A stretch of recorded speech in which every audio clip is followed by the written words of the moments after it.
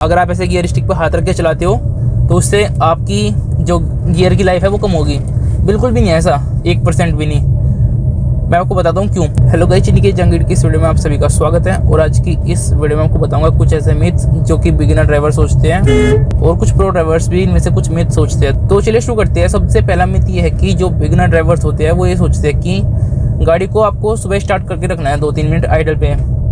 तो ये बिल्कुल भी सही नहीं है। आजकल जितनी भी गाड़ी आ रही है उनमें ऑटोमेटिक ये फंक्शन आता है कि जब आप गाड़ी को कोल्ड स्टार्ट करते हो तो उसके जो आरपीएम होते हैं वो थोड़े अपने आप इंक्रीज हो जाते हैं ताकि वो टेम्परेचर मेंटेन कर सके और फिर वो अपने आप कम भी हो जाते हैं। तो सभी जितनी भी आजकल गाड़ी आ रही है उन सब में आपको ये फीचर मिलेगा। जो पहले गाड़ी आती थी उनमें हो सकता है कि आपको ये फीचर ना मिले, लेकिन आजकल जितनी भी नई गाड़ी आ रही है उन सब में आपको ये फीचर मिलता है। आपके जो आरपीएम्स होते हैं वो अपने आप इंक्रीज हो जाते हैं और जब गाड़ी आपकी टेम्परेचर मेंटेन कर लेती है तो फिर अपने आप वो कम हो जाते हैं। तो ये है, आपको कोई ज़रूरत नहीं है कि आप 2-3 मिनट के लिए गाड़ी को ऐसे ही स्टार्ट करके छोड़ो। आपको अब कोई ज़रूरत नहीं है, गाड़ी नॉर्मल चलाओ जैसे चलाते हो। अगर आप ज़्यादा ही अपनी गाड़ी से लगाव करते हो तो आप एक काम कर सकते हो कि आप शुरुआत की जो 1 मिनट होता है उसमें गाड़ी को ज़्यादा एक्सीलरेट ना करो। उससे क्या होता है कि जो इंजन ठंडा होता है और उसको आप एकदम से ज़्यादा रेव करते हो तो वो हो सकता है कि उसके लिए ठीक ना रहे। लेकिन जैसे नॉर्मल गाड़ी चलाते हैं वैसे आप आराम से चला सकते हो, कोई भी टेंशन वाली बात इसमें नहीं है। तो ये हो गया पहला मिथ जो कि बहुत से प्रो ड्राइवर्स भी सोचते हैं। तो बात करते हैं सेकंड मिथ की। सेकंड मिथ है एसी नहीं चलाते वो।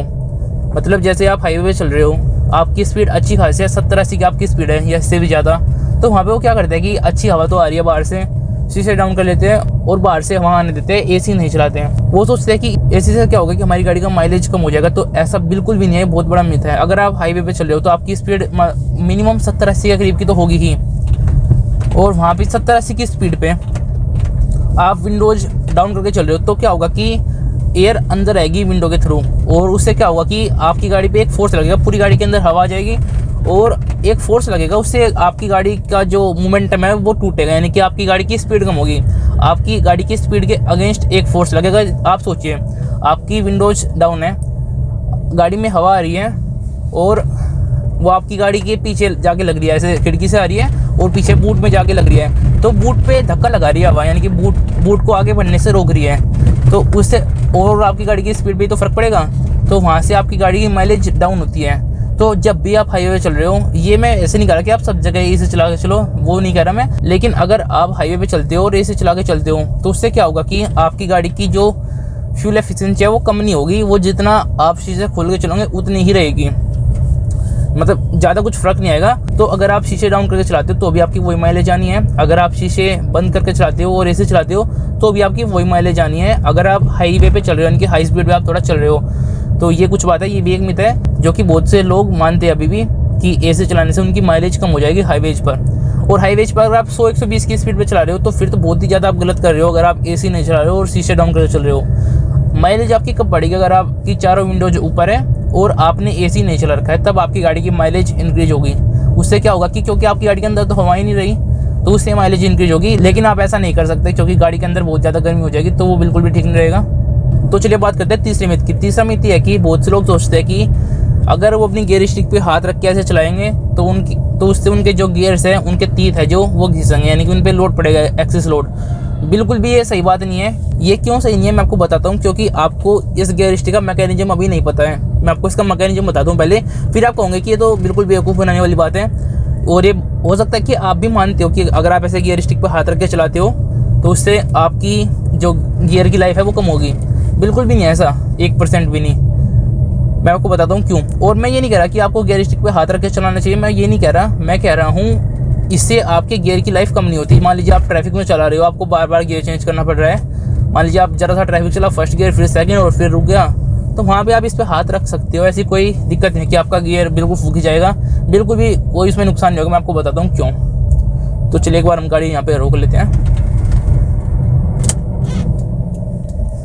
तो अभी देखिए गाड़ी रुकी हुई है, मैं आपको बताता हूँ। ये जो आपका गियर स्टिक होती है डायरेक्टली आपकी गाड़ी का जो गियर होता है, गियर बॉक्स होता है, उससे कनेक्टेड नहीं रहता। यानी कि आप ये सोच रहे हो कि आपकी गाड़ी के यहाँ पे नीचे गियर बॉक्स है और उसमें से एक निकल के आ रही है और उससे आप ऐसे चेंज कर रहे हो, यानी कि ऐसे मूव करके गियर चेंज कर रहे हो। तो ऐसा नहीं है, बिल्कुल भी नहीं ऐसा। मैकेनिज्म क्या होता है इसका, जो मैं आपको अभी बता रहा हूँ, ये आता था पुरानी गाड़ियों में, जो जिन्हें पावर स्टीयरिंग नहीं आता था उनमें आता था। जैसे ये मारुति की ओमनी हो गई, इस टाइप की गाड़ियों में ऐसा गियर बॉक्स आता था। जैसे बाइक में होता है नॉर्मली, उसमें सिर्फ वो आपके सीधा उससे जुड़ा रहता है गियर बॉक्स से, तो वैसा गाड़ियों में नहीं होता। गाड़ियों में क्या होता है कि गाड़ियों में एक सेपरेट मैकेनिज्म होता है गियर स्टिक का, यानी कि इसमें एक नीचे इसका एक बुश होता है, उसमें ये गियर स्टिक मूव करती है ऐसे ऐसे, और इसमें 2 वायर लगे रहते हैं। एक होता है जब आप इस गियर को ऐसे करते हो तो उससे एक वायर खींचता है, यानी कि यहाँ पे एक वायर लगा रहता है नीचे इस गियर स्टिक के एंड में। जब आप इसको ऐसे करते हो तो वो वायर खींचता है, और जब आप इसको करते हो तो भी उसी वायर पे फ़र्क पड़ता है। और एक होता है जब आप इसको आगे और पीछे मूव करते हो, 2 वायर होते हैं बेसिकली, एक लेफ़्ट राइट मूवमेंट के लिए और एक फ्रंट और रियर के लिए। तो ये 2 वायर्स होते हैं जो कि आपके गियर बॉक्स में जाके लगते हैं। यानी कि जैसे मान लीजिए आपको फर्स्ट गियर लगाना है, आपने पहले ऐसे किया और फिर ऐसे लगा दिया, तो पहले एक वायर ने अपना काम किया और उसके बाद आपने फर्स्ट गियर लगाया तो दूसरे वायर ने काम किया, तो उस वक्त आपका फर्स्ट गियर लग गया। ऐसे ही सेकंड और थर्ड फोर्थ सब गियर ऐसे ही लगते हैं।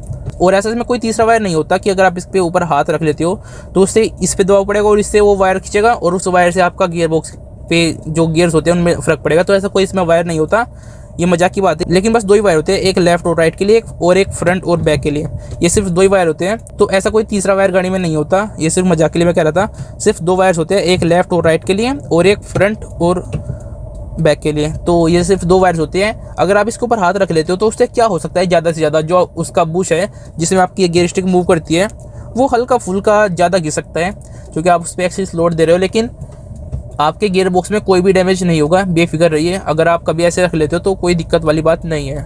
अगला मिथ मैं आपको बताता हूँ। बहुत से लोग क्या सोचते हैं कि बड़े गियर का मतलब ज़्यादा स्पीड, बिल्कुल सही सोचते हैं, लेकिन वो थोड़ी सी गलती यहाँ पे करते हैं। वो क्या सोचते हैं कि जैसे अभी सेकंड गियर में चल रही है गाड़ी, उनको मान लीजिए अगर गाड़ी भगानी है वो तो जल्दी से जल्दी वो गियर चेंज करेंगे। यानी कि जैसे सेकंड गियर है, अब थर्ड गियर लगाया,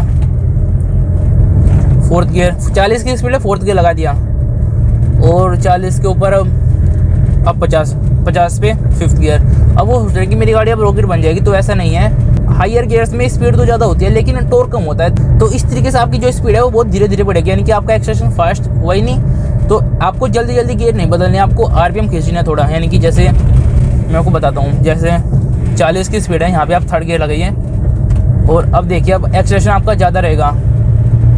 थोड़ा स्पीड खींचने के बाद आप फोर्थ गियर लगाइए और उसके बाद आप फिफ्थ। ये तो यहाँ पे कह रहे मैंने ब्रेक ले ली क्योंकि आगे थोड़ा ट्रैफिक सा था, तो इसलिए। अब चलिए लाइव ड्राइव कर लेते हैं। एक बार मैं गाड़ी को ज़्यादा आरपीएम में खींचूंगा और एक बार कम आरपीएम में खींचूंगा, जल्दी जल्दी गियर चेंज करूँगा। तो 60 तक करेंगे। देखिए फर्स्ट गियर है, टाइमर आपके स्क्रीन पे चल रहा होगा। ये फर्स्ट गियर, सेकंड गियर 20 की स्पीड पे, मतलब 20 पे नहीं 10 के करीब थी। अब थर्ड गियर, नॉर्मल एक्सीलेट कर रहा हूँ मैं। थर्ड गियर में मैंने पूरा पंजा दाब दिया। अब फोर्थ गियर जैसे नॉर्मली करते हैं, ये देखें, और अब फिफ्थ गियर। तो देखिए कितनी देर में गाड़ी 60 की स्पीड पे पहुंची है। और अगर मैं 60 से 80 की ले जाऊंगा ना तो फिफ्थ गियर में काफ़ी टाइम लग जाएगा, और टॉप स्पीड पहुंचने में तो बहुत देर लग जाएगी। अगर आपकी भी कोई ऐसी गाड़ी है जैसे वैगन आर है, इस रेंज की गाड़ी है, तो अगर आप कोई मतलब बहुत बड़ी गाड़ी ले रहे हो, फॉर्च्यूनर, रेंज रोवर इस टाइप की, तो बात अलग है। तो यहाँ पर आपको इसकी वजह क्या करना है, आपको जैसे फर्स्ट गियर है, चलिए एक बार रोक के कर ही लेते हैं, अच्छी तरीके से पता लग जाएगा। हम यहाँ पे गाड़ी रोक लेते हैं लेफ्ट में, ये हमने यहाँ पे गाड़ी रोक ली।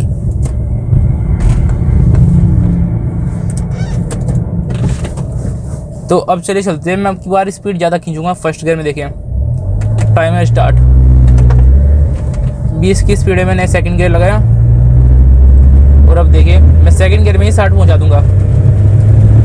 60 पहुँच गई, तो अब देखिए कितनी जल्दी 60 पहुँच गई। और अगर अब मैंने थर्ड गियर लगाया तो अब मेरी गाड़ी थोड़ा क्विक भाग रही है, यानी कि थर्ड गियर में भी एक्सीलरेशन ज़्यादा होगा, यानी कि कम टाइम लगेगा स्पीड पकड़ने में। तो बहुत से लोग ये सोचते हैं कि जल्दी जल्दी बड़ा गियर लगा देते हैं, उससे उनकी सोचते हैं कि हम तेज़ भगा रहे हैं, तो ऐसा नहीं होता। जब रेस वगैरह भी करते हैं तो इसी टाइप से करते हैं। तो ये कुछ तरीका होता है, और ये बहुत लोगों के मन में मिथ था जो कि हो सकता है कि दूर हो गया हो।